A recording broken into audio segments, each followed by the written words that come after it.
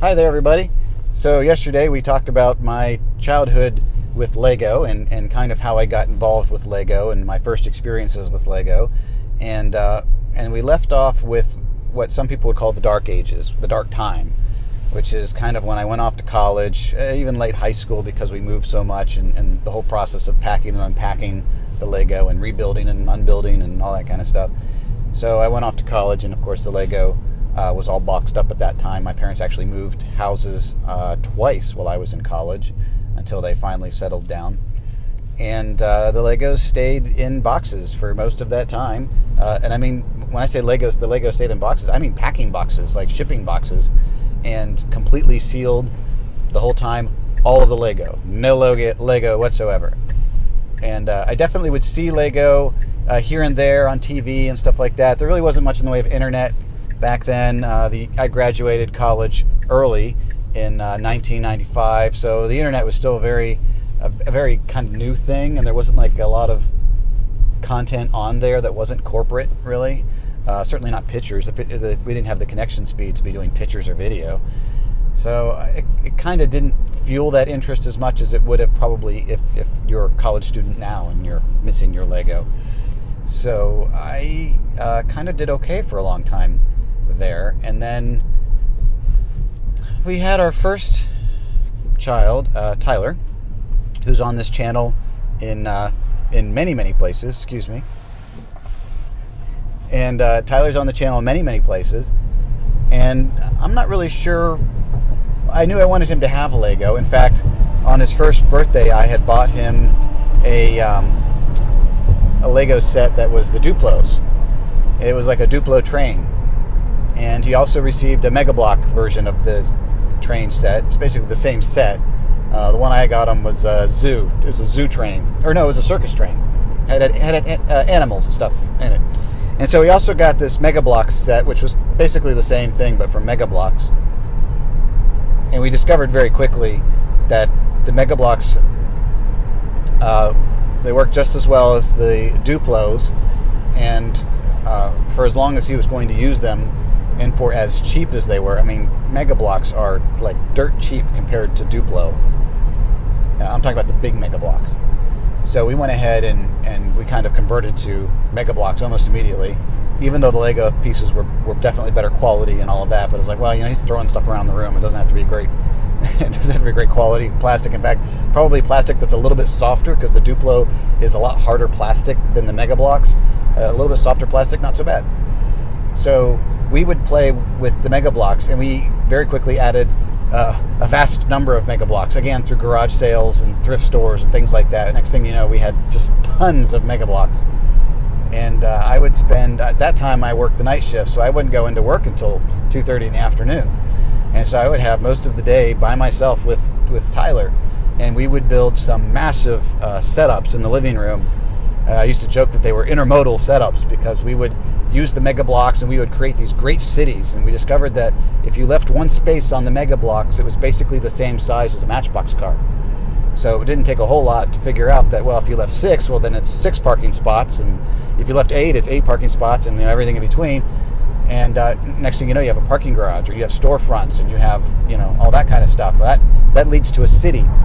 A multi-level city in many cases, because we also had tons and tons of Thomas the Tank Engine sets. Most of the track was generic, but we had a few of the real Thomas cars and stuff like that, the train cars. And so we would have the Mega Bloks set up. We'd build the city, and then we'd make an elevated Thomas train through it, because we also had like the ramps and stuff. And we would build the city with like outriggers and cantilevered sections to support the train. And so it was like an elevated train that would go through the city and all of that. And then we'd have Matchbox cars that we'd fill in everywhere else, including some road pieces that we had from like a parking garage set that were made out of foam. They were actually really cool. I don't know if you can find those easily or not, but they were perfectly sized, and they were like, they snapped together, so you could do different configurations of the roads, but they were like foam. They're about, I don't know, 1/4 of an inch thick. Really, really nice. Much better than the playmats. These were individual chunks of road, basically, turns and stuff like that. So between the roads and the trains and the Mega Bloks and the Matchbox cars, we would spend hours getting that all set up. And then, oh my, look at the time. And I'd take off and go to work. And my wife would come home and she'd be like, what the hell? What's all this stuff in the living room? What's going on? You guys left me a huge mess. And of course, anyway, so I got some grief about that over it. So we started timing it better so that we didn't do that. But we did a lot of play with the Matchbox cars combined with the Mega Bloks, and using the Mega Bloks to make these cities for the trains to go in and things like that. And then my parents lived about an hour away, and I don't remember how old he was, but he was probably, I don't know, 6 or 7 or something like that. And we went up there one time to visit, and it had kind of been on my head, like, at that time that, I kind of miss my Lego sets. I kind of wish we could have those out. And Tyler had his own room and everything, and he had moved into a large room, actually, because my daughter had come, and so he has all his floor space in the room, and he sleeps in a single bed. He's got room to put the town on the floor, which is what I used to do.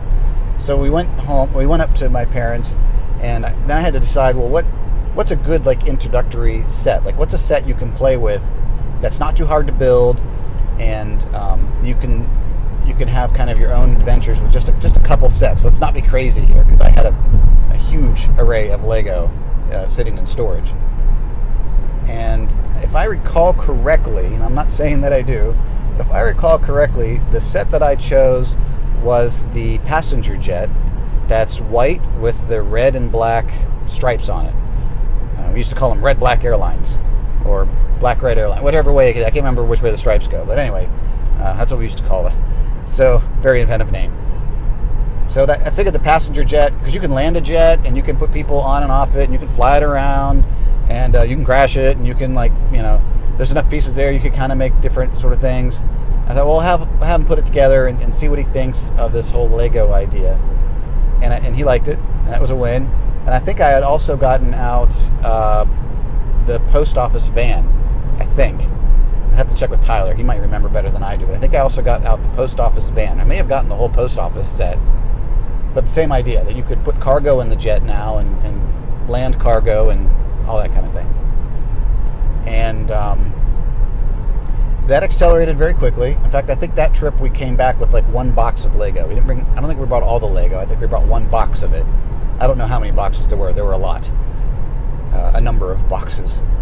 And we set up, I think the next thing that we set up was the repair shop, and I think the hospital, and if the post office wasn't already out, then it came out sometime around then, and a few road plates. And I think that's how it started, best I can remember. Well, and then the floodgates were open, right? And it kind of didn't make sense to be like re-gifting Legos to him for birthdays and Christmases and stuff like that were already bought and paid for and I owned. I mean, they're really hand-me-downs at that point. So I want to say that the unpacking of the old collection happened fairly quickly, and for no particular reason other than, oh, goody, let's build something else today. And before you know it, we had essentially restored a newer version, a different layout of my original town, all the pieces that I had for the original town. And then it became a matter of like, well, we like to add to it. And this goes back to what I talked about one of the previous videos about kind of our design philosophy. Well, I had enough invested at that point in sets and real estate, road plates and stuff, that it didn't make sense to try and switch to the modern Legos. And at that time, the modern Legos were really bad. They're getting better now, I think, but they were really like awful at that point. I mean, they'd do like a car and it'd be like one piece. They were really bad. So we decided to stick with the 4-wide, or I decided to stick with the 4-wide thing, and I started trying to find some stuff on eBay that was cool. And that's when I got into the Bricklink and things like that. So one of the fun things that I had was coming up with sets that didn't exist, things that the town needed. So, we decided at one point that the town needed a hotel. So I was like, all right, well, I'll make a hotel. And so I developed a hotel inspired by a restaurant set. It was like 2 stories and kind of had a similar architecture. And then I'm trying to think what other custom sets I did. Well, I did the TV station. That was a big one because it's kind of my profession. And that was based on a police station set. I think 6381 or something like that. But I made it beige. And then we did a number of vehicles. A number of I bought a cargo jet for the airport. I bought the cargo facility at some point, the space shuttle, and all that kind of stuff. A number of custom buildings came into play here and there along the way.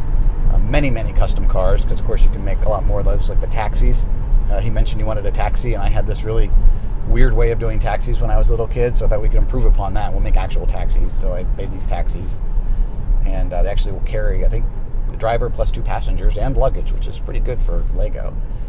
And then we did the buses were somewhere in there, a lot of custom fire stuff, and sets that he would get, because of course the relatives would hear that Tyler was into Lego now, and be like, oh, well, they would go out and they would buy Lego for him for his birthday. So he was getting new sets, and what we would do is we would kind of adapt those sets into a 4-wide style.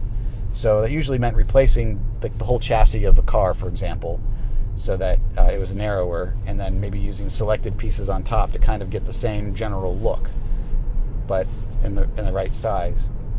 And that usually meant more orders to Bricklink and stuff like that. So you can look back through the video tours of the town and find actually some of the earlier ones. You can see several versions of the town as it's moved locations from the floor. And then I think we have videos on there of it on the first table. And of course we have videos of it on the new tables, which we haven't done a full tour of yet, I don't think. That's the one that's still pending. So his particular town, we probably changed layouts on the floor probably 2 or 3 times before the final setup at the old house.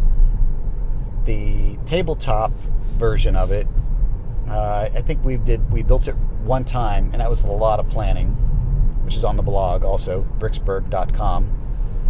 Bricksburg with an H, by the way, because we are near Pittsburgh.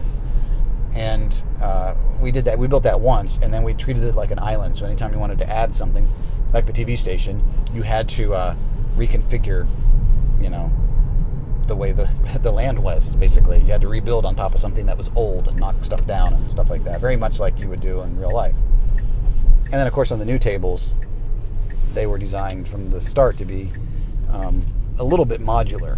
So you can kind of mix them around and connect them in different combinations of sides and stuff. So anyway, that's how the kids got into Lego. That's how Tyler got his Lego. Mia, like I said, never really turned on to it too much, but it's okay. So anyway, that's the story of Lego for us. Thank you for watching. Please go back and watch the old town tours. They're great for nostalgia, and I appreciate your time. See ya.